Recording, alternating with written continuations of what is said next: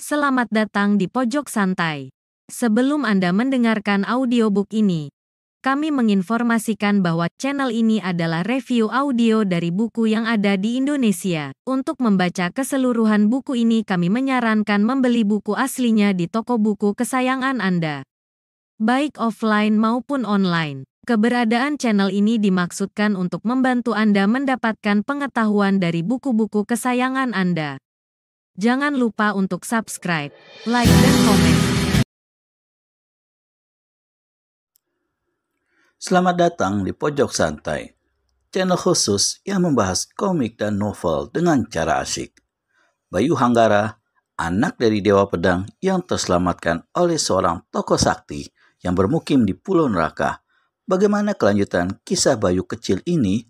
Yuk langsung saja disimak video kali ini.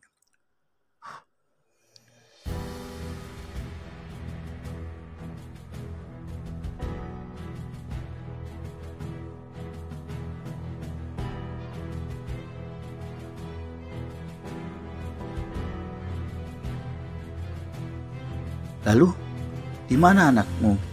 Lalu di mana sekarang anakmu, Eyang? Tanya Bayu. Entahlah, sampai saat ini aku tidak pernah mendengar kabarnya lagi. Mungkin masih hidup, mungkin juga telah mati terbakar bersama rumahku. Lirik suara Eyang Gardika. Bayu kembali merenung. Penderitaan yang dialami kakek angkat sekaligus gurunya ini ternyata lebih tragis daripada yang dialaminya. Bayu benar-benar merasakan hal itu. Mereka memang sama-sama kehilangan orang-orang yang dicintai. Hanya bedanya, Bayu tidak menyaksikan pembantaian orang tuanya. Eyang, bagaimana kau bisa sampai ke Pulau Neraka ini? Tanya Bayu.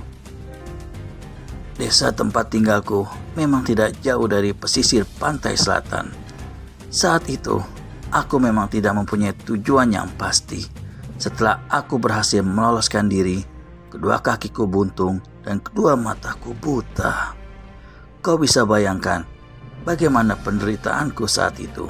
Aku bisa sampai ke Pulau Neraka ini secara kebetulan saja. Perahu yang kunaiki entah bagaimana membawaku ke sini. Di pulau ini aku rasanya seperti sudah mati saja.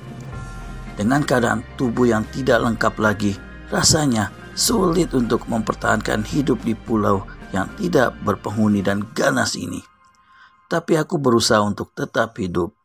Setelah tubuhku pulih, aku berusaha melatih jurus-jurusku. Entah bagaimana, di hatiku malah tumbuh rasa dendam dan itu memang berakibat fatal. Setiap orang yang mencoba memasuki daerah Pulau Neraka, kubunuh tanpa ampun. Tidak peduli siapa yang datang. Bertahun-tahun kujalani hidup seperti itu. Sejak saat itu, nama Pulau Neraka semakin ditakuti semua orang. Bukan saja penduduk desa, tapi juga orang-orang rimba pesilatan. Tidak seorang pun yang berani datang ke pulau ini lagi. Bagaimana kau melakukannya?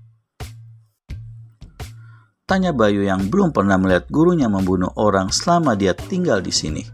Pada kenyataannya, memang tidak ada seorang pun yang berani datang ke pulau angker ini.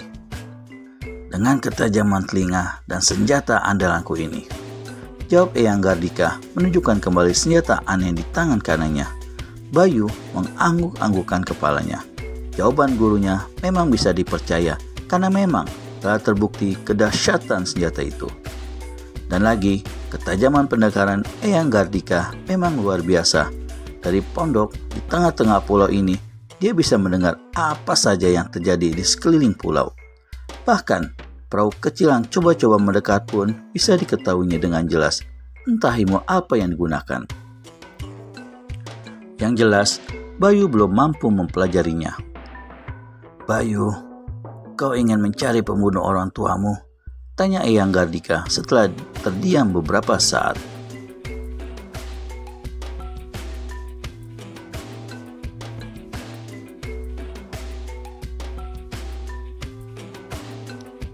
Benar Eyang, jawab Bayu mantap. Kau tahu siapa mereka? Bayu hanya menggelengkan kepalanya. yang tertulis pada secarik kain hanya sebagian saja. Aku yakin masih banyak yang terlibat, dan itu membutuhkan waktu yang cukup lama untuk memburu mereka. Bahkan tidak mustahil di antara mereka telah ada yang tewas. Saat itu kau masih bayi dan kukira usiamu baru beberapa hari. Sekarang usiamu telah 20 tahun. Tidak semua orang bisa berumur panjang, Bayu. Kurasa dendammu sudah tidak ada gunanya lagi, ujar Eyang Gardika pelan. Aku akan berusaha mencari mereka, Eyang, tekad Bayu.